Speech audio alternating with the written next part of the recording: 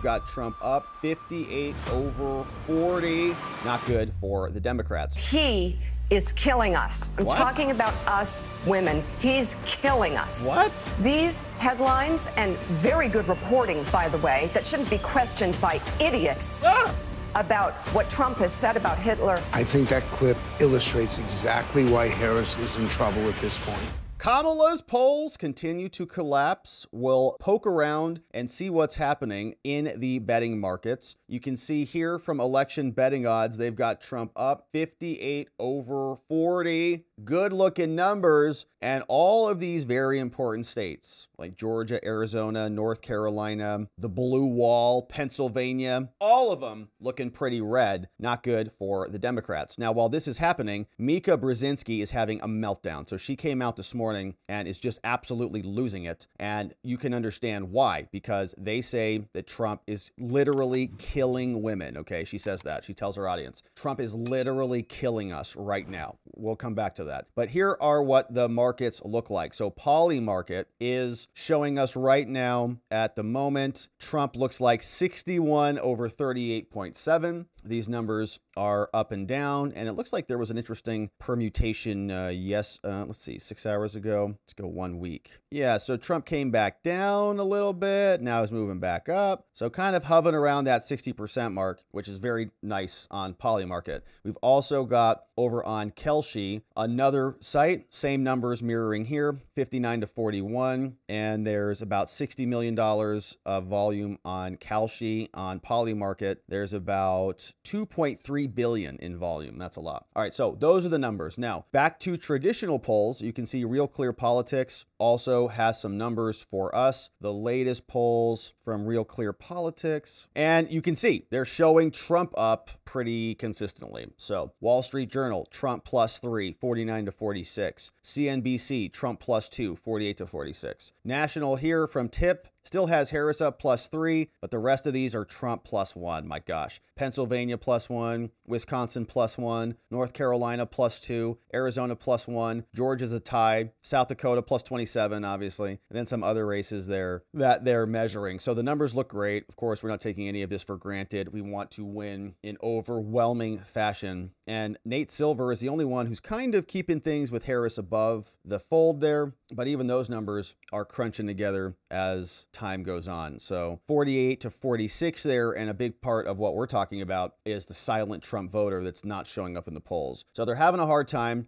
This was another prognostication from Real Clear Politics. You see, this is their electoral college estimate right now. 312 to 226. Look at those numbers. Amazing. So they've got Wisconsin flip into Trump, Michigan flip into Trump, North Carolina, Georgia's going Trump, Arizona, Nevada. Wild, right? Real Clear Politics. So this is from them, the no toss-up map. 312 to 226, which are just outstanding numbers. Here's another snapshot of the national polls. Things are trending Trump's direction. And you can see recently 1014 to 1016, so like a week ago, things were all plus Harris. Then this week, things are starting to trend plus Trump. The average is now Harris at plus 0.2. So nice developments there. Of course, we're getting our ballots in, baby. Hopefully you're getting your ballots in too, because we need to win in overwhelming fashion. But with all this number, all these polls afoot, some people are very upset about it. And Mika Brzezinski is having a rough morning. Here is what she is sounding like on the Brzezinski show. Important as Trump's fascism,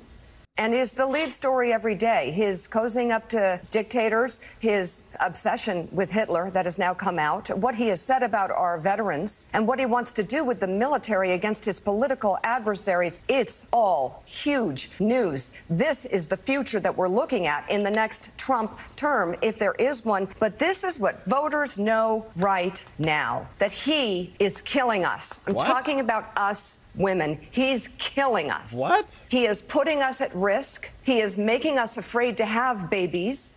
He is putting our reproductive health at risk, and some women have died already. Really? Because of this. So we can see right now what's coming. These headlines, and very good reporting, by the way, that shouldn't be questioned by idiots about what Trump has said about Hitler. That's incredibly important to know. But I do understand that people who are busy and that are people who are just tapping in may not be able to comprehend because we've been free. Is she going to cry? We've been comfortable. We cannot comprehend that. And I understand that. I validate that it is hard to go from here to there. It is where we're going. I hope we don't find out the hard way. But what's happening with women right now is real, and it is playing out across America. Having a mental breakdown on TV, like a mental breakdown. You're killing us! We're not having babies anymore! What a psycho. And everybody else is sitting around this panel just, I guess, indulging in this lunacy. So you see, right, they're not having a good time. And that is pretty much being mirrored elsewhere. Trump's favorabilities are also higher than Kamala's now. Can you believe that? Obviously we can. Looking at this next thing here in terms of favorability, Harris has lost all her post-convention bounce. She went from +3 in the September NBC poll to -10 back where she was in our August survey. That's a sign Trump has been landing blows on her image, and maybe perhaps she's been doing it to herself as well. Trump maintains his -13 to -6. He was -13 in August, too, so he's improved his favorability. Looking at yeah, so Trump is better than Kamala. If she's at -10, he's at -6. Huh, curious. Now, we have been very excited to see more of Kamala here. From the very beginning, we said, yes, put her out there. Let's see more Kamala, because the more we see of her, the less we like of her. Obviously, we knew that, but we wanted the rest of the American public to meet her and be introduced as well. Here's Frank Luntz saying she's struggling. I think that clip illustrates exactly why Harris is in trouble at this point, and it's something that I don't understand why the campaign does not address. They asked her specifically, where do you stand on the wall, and what does she do? She goes and shifts it right to Donald Trump. Immediately mentions him twice. Right. Within the first 5 seconds, she still hasn't closed the deal. She still hasn't said to people exactly what she would do. In fact, what she should have done in the opening of that town hall is said, I want to tell you what I'm going to do in the first hour, in the first day, and in the first week. And it's going to take me 5 minutes. So, Anderson, you're going to have to sit tight. Here's what we're going to do by 1 p.m. She didn't do any of that. She hasn't told the public Frank. Step by step what she's about. Let me ask you. Can't do it, Frank. And it's outside of her capability. So here is CNN giving us a rundown on this. Now, this guy, I appreciate his analysis and his enthusiasm for the numbers and the polls and his ability to add things and subtract. It's impressive. Now, what we'll see is that he's explaining that we might actually see a situation like we're watching at Real Clear Politics. And that would be great. We'd also like to see a victory in the popular vote as well. But again, we'll just take our victory, and we're going to make sure we get the victory before we start counting the chickens. But this number is, I think, becoming more of a probability, which is why Mika and others are having their rough mornings. But he won't come out and say that Trump is going to get the 300, right? He'll play coy a little bit for us and say, well, either person could get this. Polls aren't perfect, and you never know.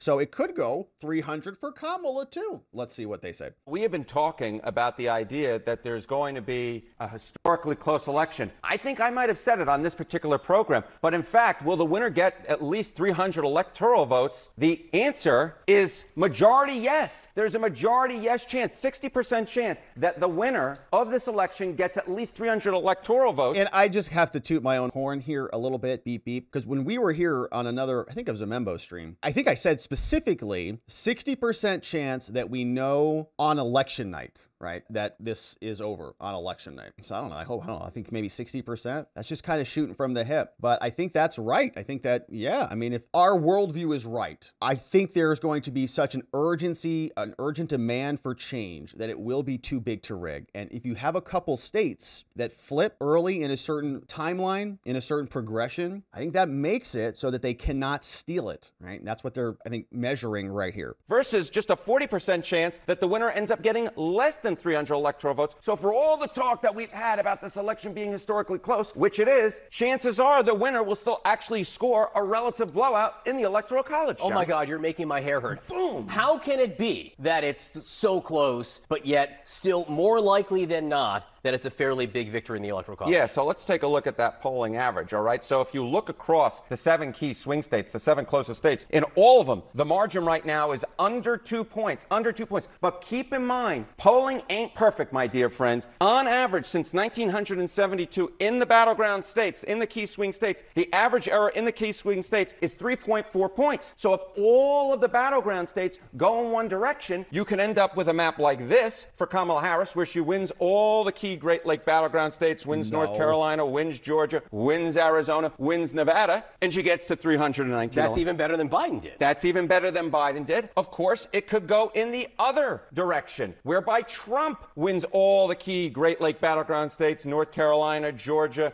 Arizona, and Nevada, and he gets to 312 electoral And votes. that's even better than Trump did in 2016. Exactly right. So based upon what we see with the average polling error and how close the states are at this point, if all of the states move in one direction, one of these candidates could score a relative blow in the Electoral College, win 300 plus electoral votes. What does history tell us about the possibility of all these states moving in one direction? History tells us that it is more likely than not that all of the swing state polling errors would move in one direction. So in 2012, 92% of the states moved in Obama's direction. That is, the polls underdid Obama. In 2016, 83% of the swing states moved together because the polls underdid Donald Trump. Of course, we all remember that. And how about in 2020? 100% of the swing state polling averages underestimated Donald Trump, and so he did better than a lot of folks thought. So this time around, don't be surprised if the swing state polls, when they underestimate one candidate, they underestimate all of them in the states, and that would lead to a relative electoral college blowout with one of the candidates winning at least 300 electoral And Harry, votes. finally, what did you learn about the word underdid? It is a real word. Well, I underdid my dictionary growing up, and I found out that I still have words that I need to learn.